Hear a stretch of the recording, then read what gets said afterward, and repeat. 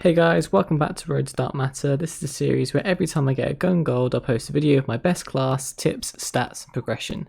Hopefully some of you guys might find these videos useful, so without further ado, let's get into episode 27. This episode is all about the M82. This is the last sniper rifle you unlock at rank 55, and it's a pretty decent sniper, just not as good as the other two in my opinion. It's a semi-automatic weapon and it deals a lot of damage, but has a bit of a kick when it comes to recoil. I had a lot of fun using the snipers in Cold War, so without further ado, let's get into the class setup. So here is the class setup for the M82. Obviously you're going to run it as the primary and run whatever gun you want on your secondary, doesn't matter. I think I run shotguns mostly. If you want to run dual pistols or maybe even a rocket launcher, then go ahead, but I'd choose to stick with something that can kill people, so that's why I've gone with the Spaz 12 in this case. For tactical, I have the stim shot. This is so I can heal quicker. I have on every single one of my classes. It's such a clutch tactical equipment. For lethal, I have the Semtex. I switch it out between the Tomahawk and Semtex really, but I was just doing challenges, so I had Semtex on there. But either one is good enough. Field upgrades, I have the field mic. This allows me to see people around me. Makes it very good for if you're holding down areas and you can see people flanking behind you.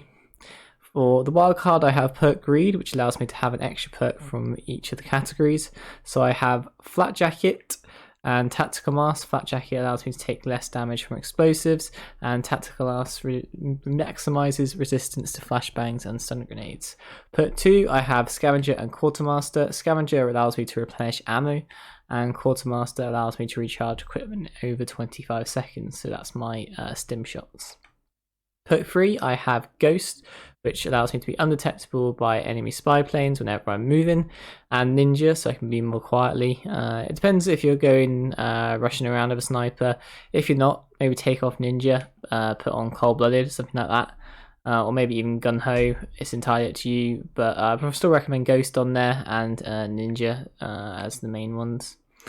Right, let's get into the attachments I use. So I use the 3x scope. This is personal preference. It makes no difference what scope you use. It's just whatever it looks like. It's same ADS time.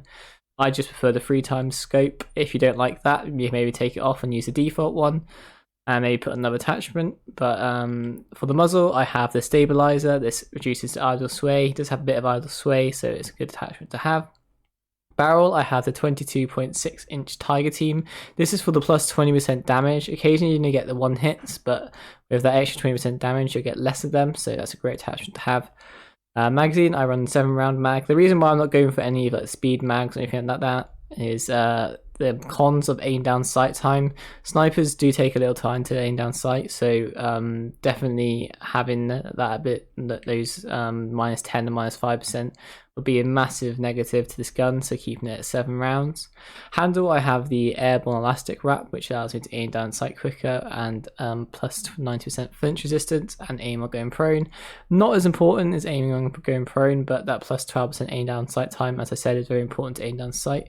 If you're not using an optic, maybe it's a good idea to put the Raider Pro on, sprint to fire time and aim walk-in move speed, and it's just a good attachment to have. I haven't unlocked it yet, but I just know it's good from the other snipers.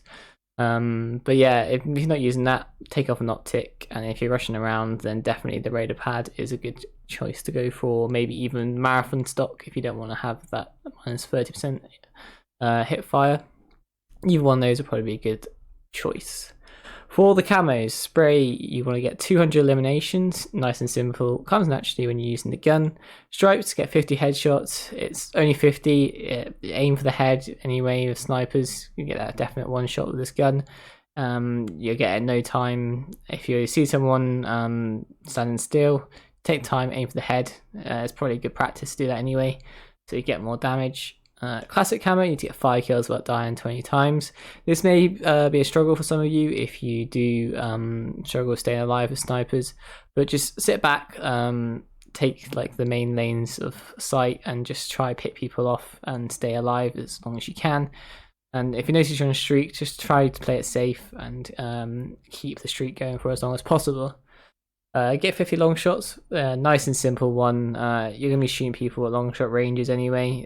Go into combined arms is probably my best bet. You'll definitely get a lot of people in there and long distances, so it's definitely a great choice to go into there. Flora, you get 50 kills when holding your breath. If you're not holding your breath when using a sniper, then I don't know what you're doing, because it makes the gun so much more accurate, and you'll get this naturally when doing it. Science, get 51 shot kills. This may be a bit of a struggle because obviously sometimes it's not going to be a one hit. So go into hardcore and you'll get 50 kills. Pretty straightforward. Every single bullet will be a one shot kill, so it will come very, very quickly. Psychedelic, you kill 2 or more enemies rapidly 25 times.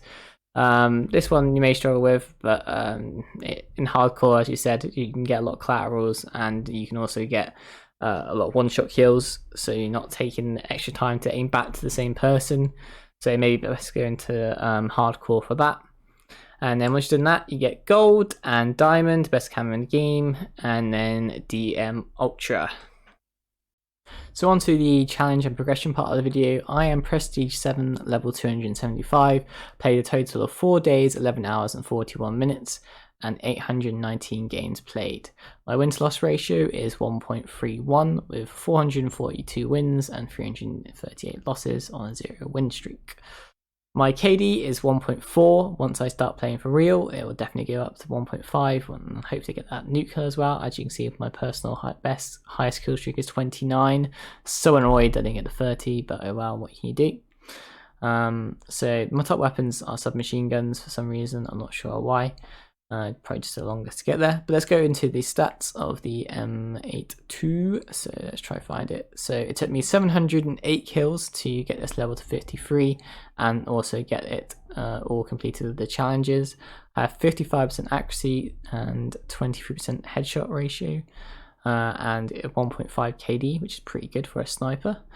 So it'd probably take you the same amount. I may have leveled up double XP. I can't remember if I did or not. I leveled up all my guns well, so it was double XP, and then came back to them once it had finished. But I'm pretty sure I did with this gun, so it may take you maybe double what I did, but shouldn't take too long, hopefully, to get this done. So let's go into challenges. So I've got 73% done career, 80% done battle hardened. Close to completing a couple of challenges. So 73%, got 100% boot camp, 33% done in field specialist, 83% done in elite operator, 67% done in countermeasured, and 83% done in grizzle veteran, 100% done in killer, 33% done in going ham, 67% in elimination, 100% in precision, 100% in return fire. And here are all the dark ops challenges that I've unlocked. I need to get a nuclear one, so that'd be great.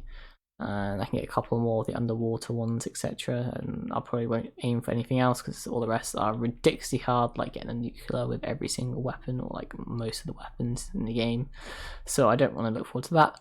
But I'm going to start the grind back up for getting 100%. I'm just streaming a lot of games over on Twitch at the moment, so if you want to come see me play other games as well, then by all means go down in the link below for our Twitch. Hopefully you guys have enjoyed this video and found it useful. If you did, smash the like button below and subscribe for more content like this. We'll see you in the next one. Bye.